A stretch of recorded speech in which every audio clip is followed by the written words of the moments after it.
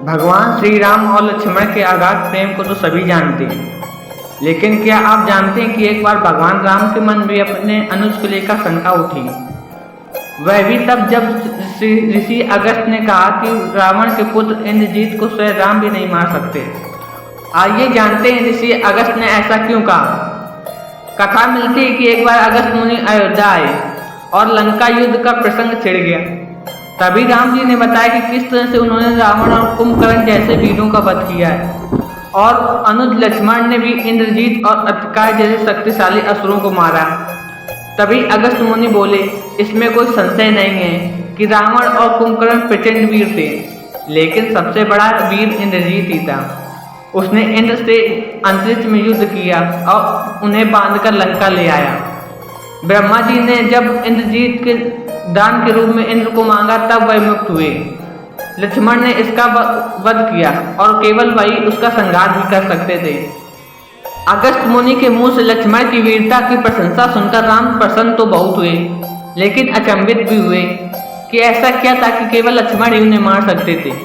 ये जिज्ञासा उन्होंने अगस्त मुनि के सामने जाहिर की।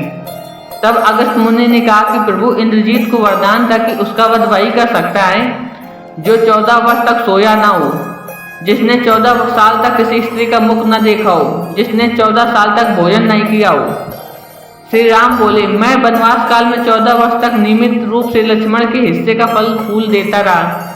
उन्होंने कहा कि मैं सीता के साथ एक कुटी में रहता था, बगल की कुटी में लक्ष्मण थे, फिर सीता का मुख भी न देखा हो और 14 वर्ष तक सोए ना हो, ऐसा कैसे संभव है।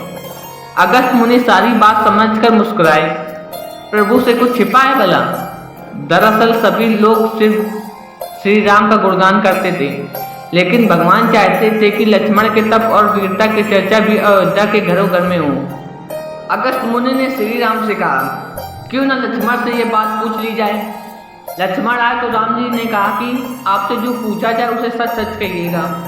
प्रभु ने पूछा, हम तीनों 14 वर्ष तक साथ रहे, फिर तुमने सीता का मुख कैसे नहीं देखा, फल दिए गए फिर भी अनाहारी कैसे रहे और 14 साल तक सोए नहीं, ये कैसे हुआ।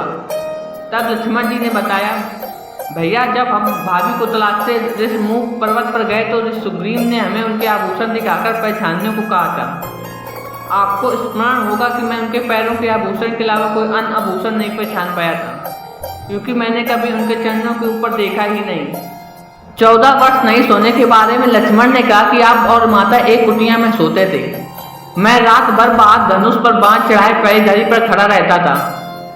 निद्रा देवी ने मेरी आंखों पर पहरा करने की कोशिश की तो मैंने निद्रा को अपनी बाणों से बेध दिया था। निद्रा ने हार कर स्वीकार किया वह 14 साल तक मुझे स्पर्श नहीं करेगी, लेकिन जब श्री राम का अयोध्या में राज्याभिषेक होगा और मैं उनके पीछे सेवक की तरह छत्र के लिए खड़ा रहूंगा तब वह मुझे घेरेंगी। आपको याद होगा राज्याभिषेक के समय मेरे हाथ से छत्र गिर गया था। लक्ष्मण जी ने आगे बताया कि जब मैं जो फल फूल लाता था आप उसके 3 भाग करते थे। एक भाग देकर आप मुझसे कहते कि लक्ष्मण फल लो। आपने कभी फल खाने को नहीं कहा, फिर बिना आपकी आज्ञा के मैं उसे कैसे खाता, उन्हें संभाल कर रख दिया। सभी फल उसी कुटिया में अभी भी रखे होंगे। प्रभु के आदेश पर लक्ष्मण जी कुटिया में वे सारे फलों की टोकरी लेकर आए और दरबार में रख दिया। फलों की गिनती हुई लेकिन 7 दिनों के फल नहीं थे। तब श्री राम ने पूछा कि तुमने 7 दिन का आहार लिया था। श्री राम के पूछने पर लक्ष्मण जी ने 7 दिनों के फल ना होने का भी रहस्य बताया। उन्होंने बताया, जिस दिन पिता श्री के स्वर्गवास होने की सूचना मिली हम निराहारी रहे। इसके बाद जब रावण ने माता सीता का हरण किया उस दिन भी हम निराहारी रहे। उन्होंने कहा, जिस दिन आप समुद्र की साधना की कर उससे राह मांग रहे थे उस दिन भी हम निराहारी रहे। जब इंद्रजीत के नागपाश में बदकर दिन भर अचेत रहे हम उस दिन भी, और जिस दिन मैंने इंद्रजीत का सिर काटा उस दिन हम शोक में थे। इसके अलावा जिस दिन इंद्रजीत ने मुझे शक्ति मारी और जिस दिन आपने रावण का वध किया, इन 7 दिनों में हम निराहारी रहे। लक्ष्मण जी भगवान राम से कहते हैं कि मैंने गुरु विश्वामित्र से एक अतिरिक्त विद्या का ज्ञान लिया था। इससे बिना अन्न ग्रहण किए भी व्यक्ति जीवित रह सकता है। उसी विद्या से मैंने भी अपनी भूख नियंत्रण की और इंद्रजीत मारा गया। यह सुनते प्रभु फिर से भाव विभोर हो उठे और लक्ष्मण जी को गले लगा लिया।